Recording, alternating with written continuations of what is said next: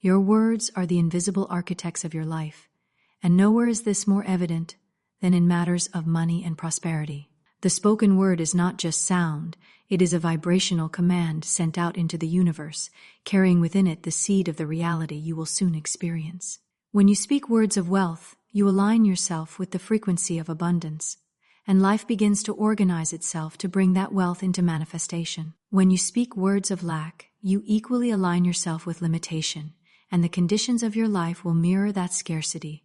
The law works impartially, much like the soil that accepts any seed without question. If you plant wheat, you will not reap thorns. If you plant thorns, you will not reap wheat. In the same way, when you plant the seed of prosperity with affirmations such as money comes to me easily and often, or I am in perfect harmony with unlimited wealth, the fertile soil of the universe begins to work immediately to produce a harvest in alignment with your decree. But when you plant seeds of lack by saying, I can't afford this, or I never have enough, the same soil accepts those seeds, and the harvest will be one of struggle and insufficiency. The reason this principle is so powerful is that the subconscious mind and the spiritual law of supply do not differentiate between a joke, a casual remark, or a serious declaration. Every word you speak is taken as instruction. When you constantly talk about being broke, about how expensive everything is, or how you are just getting by, you are literally giving the universe the blueprint for a life of financial difficulty. It cannot send you abundance while you are affirming poverty. The two are mutually exclusive frequencies. There is a spiritual discipline to mastering your speech in this way. It requires awareness to catch yourself before you speak words of limitation, for many people have made a habit of negative financial talk without realizing it. A simple conversation about bills can turn into a declaration of financial ruin if one is not vigilant. But by shifting your language to reflect the abundance you desire, you begin to condition not only the universe to respond, but also your own mind to expect wealth. And what you expect with faith, you draw near. Think of your words as commands to an obedient servant who works tirelessly behind the scenes. This servant will not question your orders. It will simply carry them out. If you say, I can't afford it, the servant will ensure circumstances arise that confirm you cannot afford it. If you say, money is constantly flowing into my life, the servant will arrange events, people, and opportunities to bring more money to you. This is why it is said, by thy words thou shalt be justified, and by thy words thou shalt be condemned. When you understand this truth, you become extremely selective with your language. You realize that idle words are not idle at all. They are seeds that will sprout in your life sooner or later. Prosperity begins by disciplining the tongue, for the tongue steers the direction of your financial destiny. Once you begin to speak wealth consistently, without contradicting yourself with words of lack, you create a new momentum. The more you speak in harmony with abundance, the faster you dissolve old patterns of limitation, and the more naturally wealth begins to flow toward you. Would you like me to go ahead and prepare Teen Note 2 Pretend in the same 600-word Florence Scovel Shinn style, so your speech series stays consistent? There are words that describe a wish, and there are words that issue a decree. A wish drifts like a feather on the wind, but a decree stands as a command to the universe. The power sentence of supply is not meant to be a mere statement of desire. It is a spiritual proclamation that sets divine law into motion. When you declare, I am one with the inexhaustible riches of the universe, money flows to me in avalanches of abundance, under grace, in perfect ways. You are aligning your spoken word with the eternal truth of limitless supply. This sentence is constructed in such a way that it addresses both the truth of who you are and the manner in which your supply must come. The first part, I am one with the inexhaustible riches of the universe, acknowledges unity with infinite abundance. It dissolves the illusion of separation that causes so many to feel that money is scarce or difficult to obtain. This oneness is not something you have to earn. It is already your spiritual inheritance. By affirming it aloud, you remind your subconscious and your spiritual channels that there is no lack in divine mind, and therefore no lack in your own life. You speak not from the position of a beggar asking for provision, but from the authority of a child of God, claiming what is already yours. The second part, money flows to me in avalanches of abundance, invokes the imagery of overwhelming supply, arriving not as a trickle but as a flood. An avalanche is sudden, unstoppable, and powerful. When you choose such vivid language, you impress the subconscious with the expectation of large, unexpected, and rapid increase. The subconscious mind responds to imagery as much as to words, so this phrase paints a mental picture of prosperity arriving in great measure. The final part, under grace in perfect ways, is the safeguard that ensures your supply comes without harm to anyone and without creating burden or imbalance. It acknowledges that the channel through which your abundance arrives will be orchestrated by infinite intelligence in a way that blesses all involved. This keeps the manifestation aligned with divine law, free from struggle, manipulation, or force. It also allows for unexpected channels and timing that may be far greater than anything you could imagine for yourself. When you speak this power sentence with faith, you are not asking for money as if it were separate from you. You are commanding recognition of your oneness with it. You are telling the universe that you are ready to receive and that you expect abundance in overflowing measure. It is important to speak it aloud, for the vibration of your voice sends the decree into the ethers, where it begins to attract to itself the forms, people, and circumstances necessary for its fulfillment.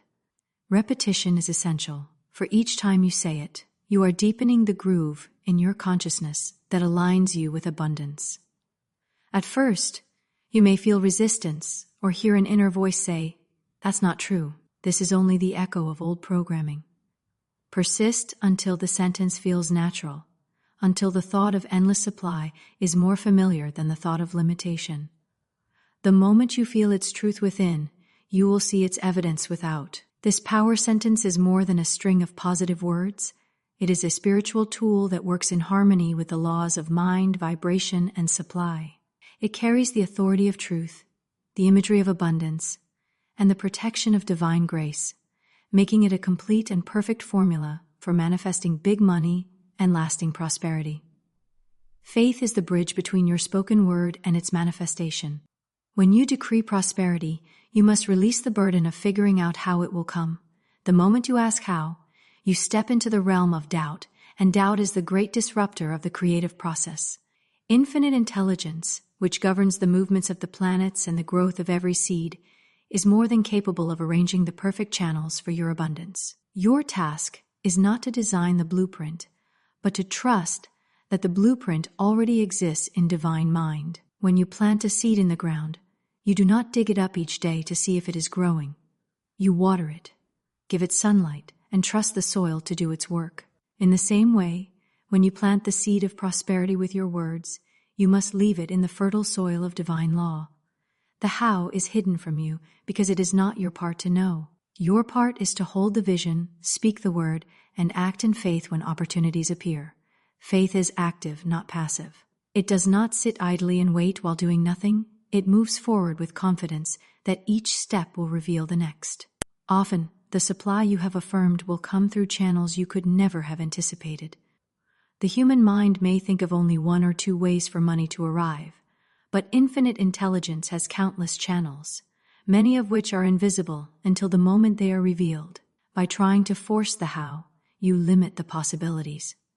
By releasing it, you open yourself to greater outcomes than you could imagine. When you trust the law, you will notice that you begin to feel a sense of relief. You no longer chase after money in desperation because you know it is already making its way toward you. This relief is not mere emotion, it is a magnetic state of mind that draws your good toward you. Anxiety repels, but trust attracts. The more deeply you trust, the faster the channels of supply open. It is important to understand that faith is not wishful thinking. Wishful thinking says, "I hope this works." Faith says, "It is already done in divine mind, and I await its perfect manifestation." This certainty allows you to walk in abundance even before it becomes visible.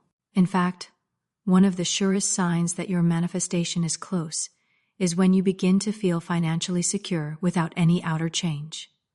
That inner security is the seed breaking through the soil, soon to appear as visible wealth. Sometimes, in the process of manifestation, old channels will close. To the untrained mind, this may look like loss, but to the mind of faith, it is the clearing away of the old to make room for the new. If a stream dries up, it is because a river is on its way. The law of supply never takes without giving more in return. Your faith must hold firm in these moments, knowing that the unseen is always working in your favor. By releasing the how, you allow divine timing and divine channels to operate without interference. This is the essence of working under grace, letting the perfect supply arrive in the perfect way, blessing you and all involved. The moment you truly hand over the how to infinite intelligence, you will find that the when is often much sooner than you expect. The language you use shapes the reality you experience, and nowhere is this more evident than in the words you choose about money. Many people unknowingly keep themselves in a cycle of financial struggle because they constantly speak words of limitation. Statements like, "I can't afford that," "money doesn't come easily," or "I'm always broke," are not harmless observations. They are declarations to the universe. Every time you say them, you reinforce a pattern of lack in your subconscious mind, which then guides your actions, emotions, and circumstances to match those words. To shift into a life of abundance, you must become vigilant about replacing words of limitation with words of power. This is not about pretending reality is different from what it is. It is about using the creative force of your speech to call forth the reality you desire. If you currently look at your bank account and see little, the instinct may be to speak about the shortage, but that instinct keeps the shortage in place. The creative approach is to declare what you want to experience, regardless of what is in front of you. You speak abundance not because it is already visible, but because it is already true in the unseen realm. When you replace "I can't afford it" with "the money I need always comes to me under grace," in perfect ways, you are planting a seed for provision. The subconscious mind does not argue with you. It accepts the statement and begins to align circumstances to make it so. If you say "I never have enough," you anchor yourself in perpetual shortage. But if you say "my income is constantly increasing, and I'm grateful for overflowing wealth," you shift your inner state to one of receiving. This inner shift is the first step to outer change. It is important to understand that every word you speak about money is a command to both your subconscious mind and the universal law of supply. You are always giving orders, whether you realize it or not. If your orders are filled with fear and lack, that is the reality you will receive. If they are filled with faith and abundance, the law will respond accordingly. The law does not decide what you should have, it delivers what you decree. Changing your language requires conscious effort at first, because many limitation-based expressions are habitual. You may find yourself halfway through a sentence before you realize you are affirming lack. This is where discipline comes in. Stop yourself, restate the sentence in an abundant way, and speak the new version out loud. Over time, this becomes automatic, and your first instinct will be to speak wealth rather than want. You will also notice that your emotional state begins to change when you speak words of abundance. Your mind starts to expect good things, and this expectation has a magnetic quality. Opportunities that you might have overlooked before will now catch your attention. People who can help you may appear, and you will feel more inspired to take steps toward your financial goals. Words of limitation close doors. Words of abundance open them. This practice works best when you combine it with gratitude.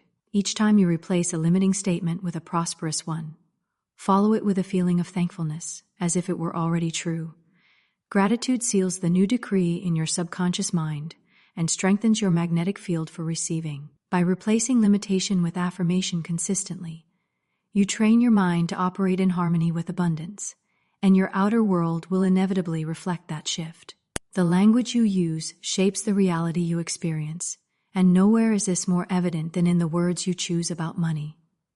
Many people unknowingly keep themselves in a cycle of financial struggle because they constantly speak words of limitation. Statements like "I can't afford that," "money doesn't come easily," or "I'm always broke" are not harmless observations, they are declarations to the universe. Every time you say them, you reinforce a pattern of lack in your subconscious mind, which then guides your actions, emotions, and circumstances to match those words. To shift into a life of abundance, you must become vigilant about replacing words of limitation with words of power. This is not about pretending reality is different from what it is. It is about using the creative force of your speech to call forth the reality you desire. If you currently look at your bank account and see little, the instinct may be to speak about the shortage, but that instinct keeps the shortage in place. The creative approach is to declare what you want to experience, regardless of what is in front of you. You speak abundance not because it is already visible, but because it is already true in the unseen realm. When you replace "I can't afford it" with "the money I need always comes to me under grace," in perfect ways, you are planting a seed for provision. The subconscious mind does not argue with you. It accepts the statement and begins to align circumstances to make it so. If you say "I never have enough," you anchor yourself in perpetual shortage. But if you say "my income is constantly increasing, and I am grateful for overflowing wealth," you shift your inner state to one of receiving. This inner shift is the first step to outer change. It is important to understand that every word you speak about money is a command to both your subconscious mind and the universal law of supply. You are always giving orders, whether you realize it or not. If your orders are filled with fear and lack, that is the reality you will receive. If they are filled with faith and abundance, the law will respond accordingly. The law does not decide what you should have, it delivers what you decree. Changing your language requires conscious effort at first, because many limitation-based expressions are habitual. You may find yourself halfway through a sentence before you realize you are affirming lack. This is where discipline comes in. Stop yourself, restate the sentence in an abundant way, and speak the new version out loud. Over time, this becomes automatic, and your first instinct will be to speak wealth rather than want.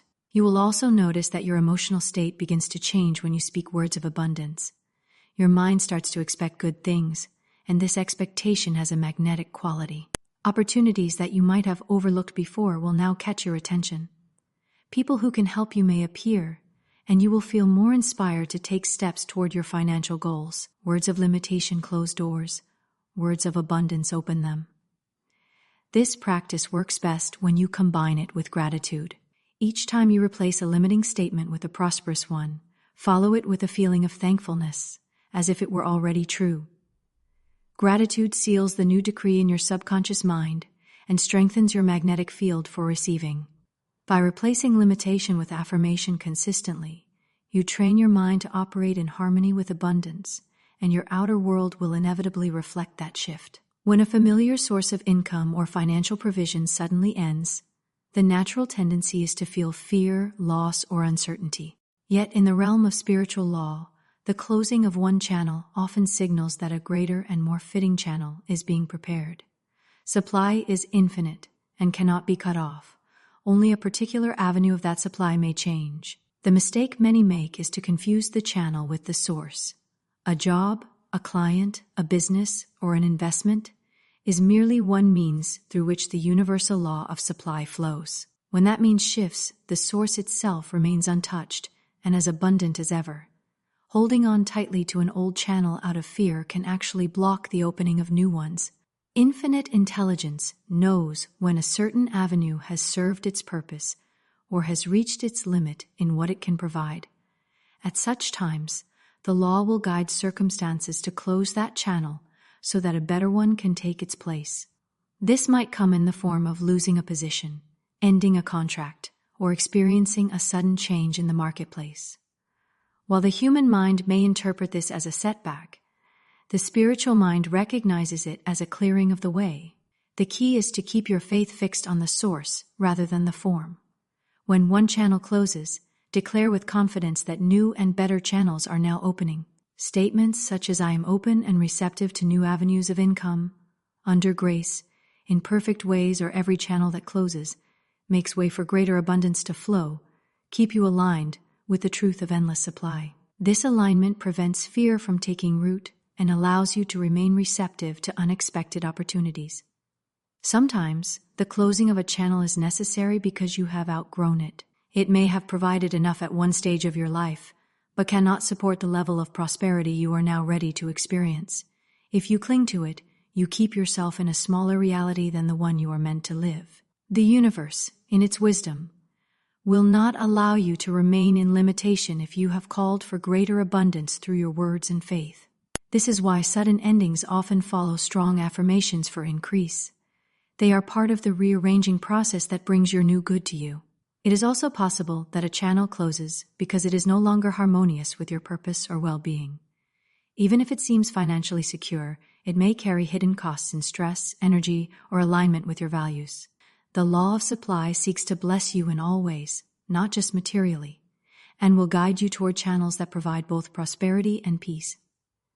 Trusting this principle allows you to release the old without regret and embrace the new with expectancy. When you look back on past experiences, you may realize that what seemed like a loss at the time was actually a turning point toward something far better. New channels often bring increased income, more freedom, or opportunities that align more closely with your skills and desires. By remembering these past proofs, you strengthen your faith for the present and the future. The closing of one channel is not the end of your supply. It is the signal that the flow is being redirected. Infinite intelligence has countless ways to provide for you, and each channel is simply one expression of that infinite flow. By keeping your focus on the source, speaking affirmations of new provision, and remaining open to change, you allow the law to deliver your good in ways that exceed your current imagination.